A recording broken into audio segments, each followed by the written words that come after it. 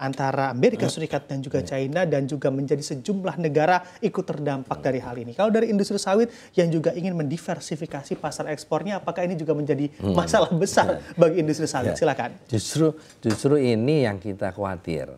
Kalau ini terus terjadi, contoh ini sekarang Amerika menaikkan menjadi 145% kan impor tarifnya. Terus kemudian terus dilawan lagi oleh China. Ini kita khawatir kalau nanti terjadi krisis global. Nah ini ya kalau terjadi resesi ekonomi dunia ini kita khawatir akan berdampak ke semua. Kita mau ekspor ke negara manapun pasti berdampak. Termasuk tadi kita sedang membuka pasar-pasar baru juga akan terdampak. Justru itu yang kita khawatirkan. Kita berdoa betul-betul jangan sampai terjadilah ini saling balas membalas terus kemudian akhirnya terjadi krisis global nih yang kita sangat tidak berharap seperti terjadi itu. Oke, baik. Walaupun memang krisis global ini nampaknya juga belum tentu begitu ya terjadi dalam jangka waktu pendek ini, langkah antisipasi apa juga yang tengah disiapkan oleh industri sawit? Kalau industri sawit jelas ya sekarang kita tetap satu di internal kita ya, artinya bahwa kita sekarang sedang melakukan peningkatan produktivitas. Selain memang tadi replanting, memang itu penting sekali, kita harus genjot utamanya di replanting untuk perkebunan rakyat atau permajaan sawit rakyat. Yang kedua adalah kita juga sekarang sedang meningkatkan produktivitas. Contoh kemarin, GAPKI itu bersama pemerintah mendatangkan serangga penyerbuk dari Tanzania, dari Afrika. Nah, untuk apa? Untuk supaya meningkatkan produktivitas, supaya pembentukan buahnya itu lebih banyak, mendatangkan serangga-serangga yang lebih agresif, kan begitu. Ini contoh yang sekarang sudah, dan itu sudah ada. Serangganya sekarang lagi sedang dikembangbiakan di PPKS, Pusat Penelitian Kelapa Sawit di Medan. Kemudian yang kedua, kita sekarang sedang penelitian untuk penggunaan pupuk-pupuk hayati dengan mikroba, sehingga bisa mengurangi pupuk-pupuk kimia, misalnya begitu. Selain untuk masalah emisi karbon juga itu juga bisa mengurangi penggunaan pupuk kimia, paling enggak ini masalah biaya dan devisa kan tidak kita, karena pupuk itu hampir semua kita impor kecuali urea, kecuali nitrogen bisa kita produksi.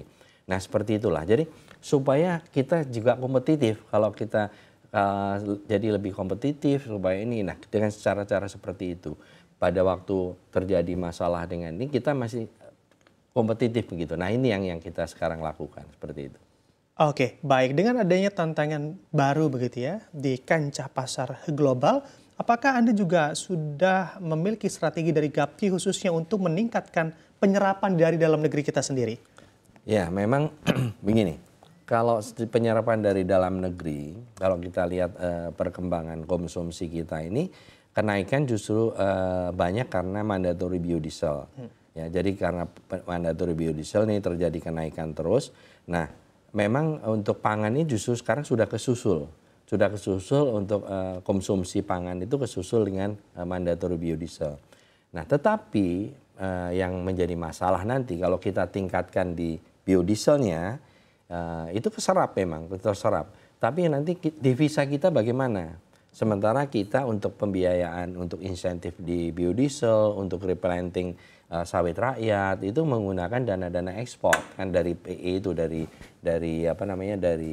BBD PKS. Nah ini yang harus kita jangan sampai nanti kita serap sendiri tapi devisa kita berkurang. Nah itu seperti itu.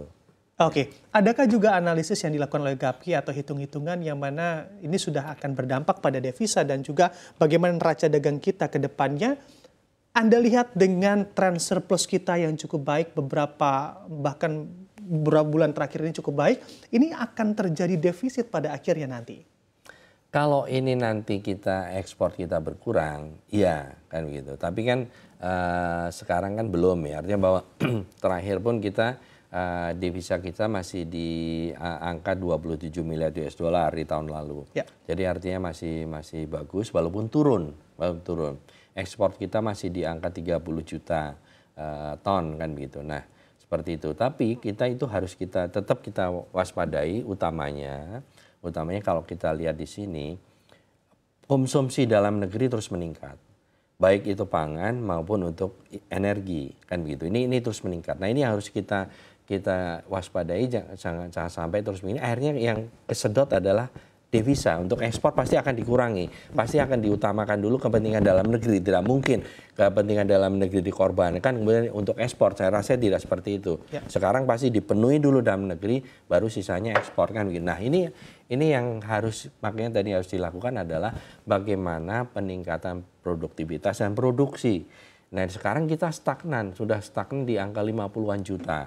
Padahal sekarang pemerintah ada rencana akan menaikkan mandatori lagi menjadi B50 kan begitu. Bahkan akan B60, bahkan kemudian akan ditingkatkan lagi sampai ke angka B100. Nah, kalau produksi cukup, tapi nanti akan bisa juga ekspornya nanti bisa jadi tidak ada kan gitu. Nah ini kan juga tidak seperti itu kan. Kita kan masih butuh devisa ekspor dari sawit kan gitu. Begitu. Oke, baik. Dengan stagnannya produksi dalam negeri kita, sebetulnya Anda melihat masalah utamanya ada di mana, Pak Edi? Ya, kalau kita melihat masalah utamanya adalah di keterlambatan peremajaan, utamanya di peremajaan sawit rakyat. Ini betul-betul kita sangat kecil ya artinya begitu. Nah ini yang saya selalu sampaikan kepada pemerintah, bahkan GAPKI pun juga concern untuk membantu bagaimana mempercepat peremajaan sawit rakyat ini. GAPKI terlibat ini, artinya kita anggota kita kita minta supaya membantu untuk bukan hanya plasmanya anggota, tetapi juga masyarakat sekitar yang ini kita bantu kan begitu dengan bermitra kan begitu. Nah ini yang utama harus dikejar itu. Karena apa? Kalau sudah namanya tanaman itu sudah tua, seperti kita lah, kalau udah tua mau dikasih apa obat ini, apa vitamin ini sama saja, sama dengan tanaman itu. Mau dipupuk seberapapun, kalau memang dia sudah tua, memang harus diganti, ya diganti. Dia tidak responsif lagi, bahkan kecil sekali, dan itu sudah tidak ekonomis, bahkan rugi kan gitu. Nah ini yang jadi masalah utama adalah masalah peremajaan ini, keterlambatan di peremajaan, utamanya di peremajaan sawit rakyat.